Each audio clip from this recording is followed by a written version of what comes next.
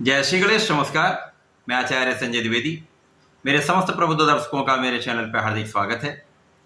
नवग्रहों में युवराज बुध अपनी राशि का परिवर्तन करने जा रहे हैं। 24 जून को वर्तमान वृषभ राशि को छोड़कर स्वराशि मिथुन राशि में प्रवेश करेंगे। अब जैसा कि ज्योतिषीय सूत्र है, जब भी कोई ग्रह स्वराशि का होता है, उच्च राशि का होता है, तो उसका बल बढ़ जाता है, सामर्थ्य में वृद्धि हो जाती है, उसका प्रभाव कई सौ गुना बढ़ जाता है। अब बुध जो कि क्विक रिस्पांस प्लेनेट है, अपना संपूर्ण प्रभाव त्वरित प्रदान करते हैं तथा इस जगत का संपूर्ण जितना भी कार्यक्षेत्र है वो बिना बुध के प्रभाव के हो ही नहीं सकता। समस्त कार्यक्षेत्र में बुध का प्रभाव होता ही है। इसी कारण से ये परिवर्तन अत्यंत महत्वपूर्ण होता है। बुध युवराज है, इसी प्रकार से इनका प्रभाव भी होता है, अत्यंत महत्वपूर्ण प्रभाव है, इसी प्रकार से अत्यंत लाभदायी प्रभाव है। जब स्वराशि में होंगे तो निश्चित रूप से इनका बल बढ़ने वाला है। ये अत्यंत लाभान्वित करने वाला ये गोचर रहने वाला है। आज मैं तुला राशि के लिए बुध के इस परिवर्तन का क्या प्रभाव मिलने वाला है, किस प्रकार के लाभ मिलेंगे, कौन सा भाव प्रबल हो रहा है, कहाँ आप कितना लाभ ले सकते हैं, कहाँ समस्या आ सकती है, उसका क्या निराकरण है, संपूर्ण विश्लेषण मैं पूर्ण तर्क के साथ करने जा रहा हूं। प्रिय दर्शकों, ये राशिफल आपके चंद्र राशि पर आधारित है। जिन जातकों का तुला लग्न है उनको भी राशिफल अवश्य देखना चाहिए। तुला राशि शुक्राचार्य की राशि। अब ये अत्यंत महत्वपूर्ण हो रहा है कि यहाँ पर जिस राशि का हम राशिफल देख रहे हैं उसके स्वामी का जिस ग्रह का गोचर हो रहा है, परिवर्तित हो रहा है, उसके साथ क्या संबंध बन रहा है। तो निश्चित रूप से बुध और शुक्र परम मित्र हैं, आपसी मित्रता का भाव है, जिसके कारण ये गोचर निश्चित रूप से अत्यंत महत्वपूर्ण है। साथ ही साथ ये भी देखना अत्यंत महत्वपूर्ण है कि ये किस भाव में गोचर होने जा रहा है। तो बुध का गोचर तुला राशि के यदि हम अवलोकन करते हैं तो ये भाग्य भाव में हो रहा है। संपूर्ण रूप से सर्वश्रेष्ठ लाभ देने वाला ये गोचर है। इस जगत का जितना भी कार्य क्षेत्र है, चाहे वो वाणिज्य से संबंधित कार्य हो, ज्ञान से संबंधित कार्य हो, शिक्षा, बुद्धि, विद्या से संबंधित कार्य हो, इसी प्रकार से कला जगत का कोई भी कार्य हो, लेखन से संबंधित कार्य हो, लेखा संबंधित कार्य हो, सांख्यिकी, मैथ, इस जगत का जितना भी व्यापार है, ज्योतिष, अध्यात्म, गणनाएं, इस जितना जगत का जो भी कार्य क्षेत्र है उन सब पे बुध का पूर्ण रूप से प्रभाव है, बुध का कार्यकत्व है। अब निश्चित रूप से बुध जब भाग्य भाव में जाएंगे तो संपूर्ण रूप से अपना प्रभाव देंगे। बुध तुला राशि के लिए भाग्य के ही स्वामी है तथा द्वादश के स्वामी। भाग्येश व्ययेश का गोचर भाग्य भाव में हो रहा है। निश्चित रूप से बहुत महत्वपूर्ण ये समय है, सर्वश्रेष्ठ लाभ देने वाला है। वर्तमान में जो स्थितियां वहां पर तुला राशि के लिए केतु का गोचर लग्न में चलना, राहु का सप्तम में होना निश्चित रूप से आपके तनाव की वृद्धि कर रहा है, स्वास्थ्य तथा मानसिक समस्याएं दे रहा है, कार्यक्षेत्र में अवरोध कर रहा है। परंतु अब जो स्थितियां बन रही वो अत्यंत विशिष्ट है। यहां पर गुरुदेव बृहस्पति का प्रभाव लग्न पर पड़ रहा है जो कि अत्यंत महत्वपूर्ण है। यहां पर बुध का प्रभाव संपूर्ण रूप से आपको लाभान्वित करने वाला है। साथ ही साथ जब बुध का गोचर भाग्य भाव में होगा वहां पहले से ही सूर्य का गोचर चल रहा है। अब सूर्य तुला राशि के लिए लाभ के स्वामी, निश्चित रूप से ये कॉम्बिनेशन अत्यंत श्रेष्ठ है, ये संयोजन विशिष्ट है।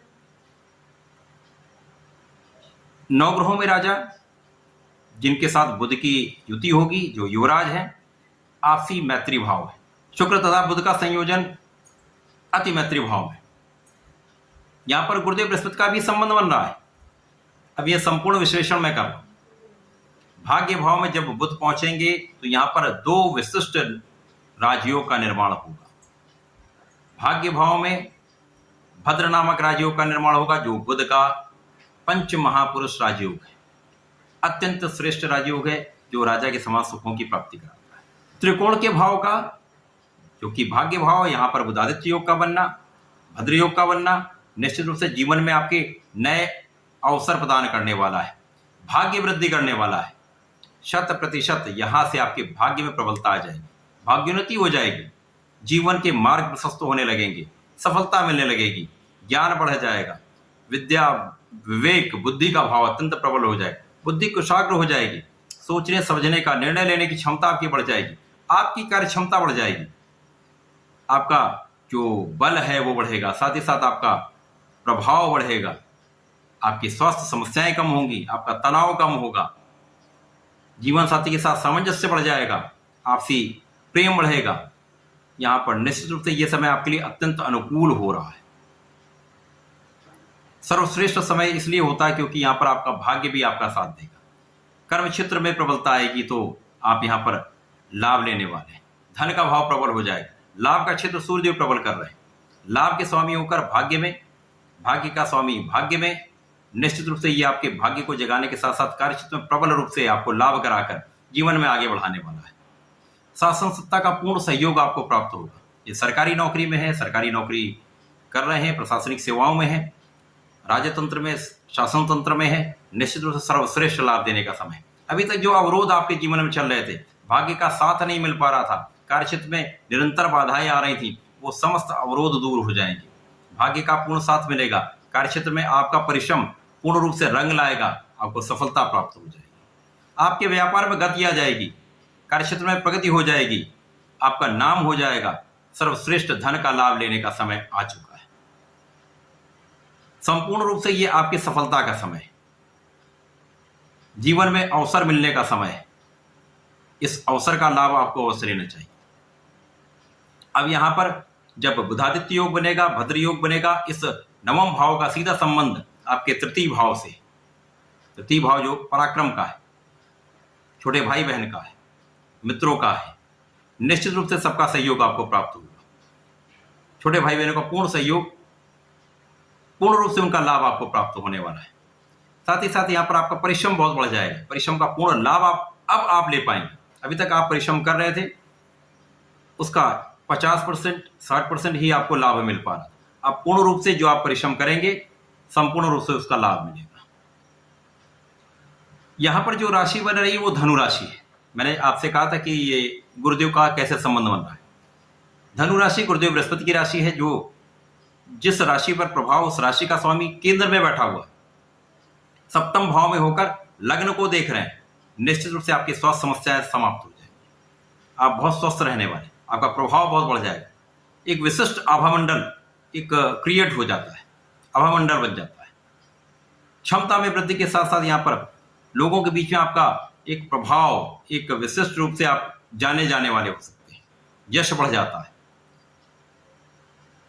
यदि यहाँ पर सरकारी नौकरी का प्रयास कर रहे हैं, किसी भी नौकरी का प्रयास कर रहे हैं, सरकारी सेवाओं में जाना चाहते हैं, तो ये समय आपको आगे बढ़ाने वाला है। यहाँ पर यदि परिश्रम करते रहेंगे, निरंतरता रखेंगे, तो यहाँ पर आपको सफलता मिल सकती है। ज्ञान तो निश्चित रूप से बहुत प्रबल रहने वाला है, यहाँ पे निर्णय भी अच्छे रहने वाले हैं। अभी तक क्या हो रहा था कि राहु अकेला आपके सप्तम भाव में बैठकर आपके मानसिक स्थिति को कहीं न कहीं डावाडोल कर रहा था। गुरु के आने के पश्चात चांडाल दोष भी समाप्त हो चुका है। यहाँ पर गुरु की स्थिति अत्यंत प्रबल है, जिसके कारण आप बहुत विवेकी हो गए हैं, आप बहुत धैर्यवान हो गए हैं, आपके ज्ञान का भाव प्रबल हो गया है। साथ ही साथ बुद्ध के कारण बुद्धि का भाव बहुत प्रबल है। जो भद्र नामक राजयोग बन रहा है, विशिष्ट रूप से ज्ञान से, बुद्धि से लाभ कराता है। तो यहाँ पर आपका व्यापार, जिसके कारक बुध है, श्रेष्ठ धन का अर्जन कराने वाला है, सुखों में वृद्धि कराने वाला है, सुख साधन का लाभ देने वाला है। संपूर्ण रूप से ये गोचर आपके लिए सर्वश्रेष्ठ फलदायी। इस समय का आपको लाभ अवश्य लेना चाहिए। तुला राशि के जातकों को नियमित रूप से भगवान भोलेनाथ पर जलार्चन करना चाहिए, सूर्यदेव को जल देना चाहिए। यहाँ पर प्रत्येक बुधवार को गणपति महाराज के संकनाशन श्री गणेश स्तोत्रम का यदि पाठ करके भगवान को मोदक का अथवा लड्डू का अर्पण करते हैं, तो निश्चित रूप से ये समय आपको बहुत अनुकूलता देने वाला है, लाभ देने वाला है। तो ऐसा करके इसका लाभ लें। धन्यवाद, नमस्कार।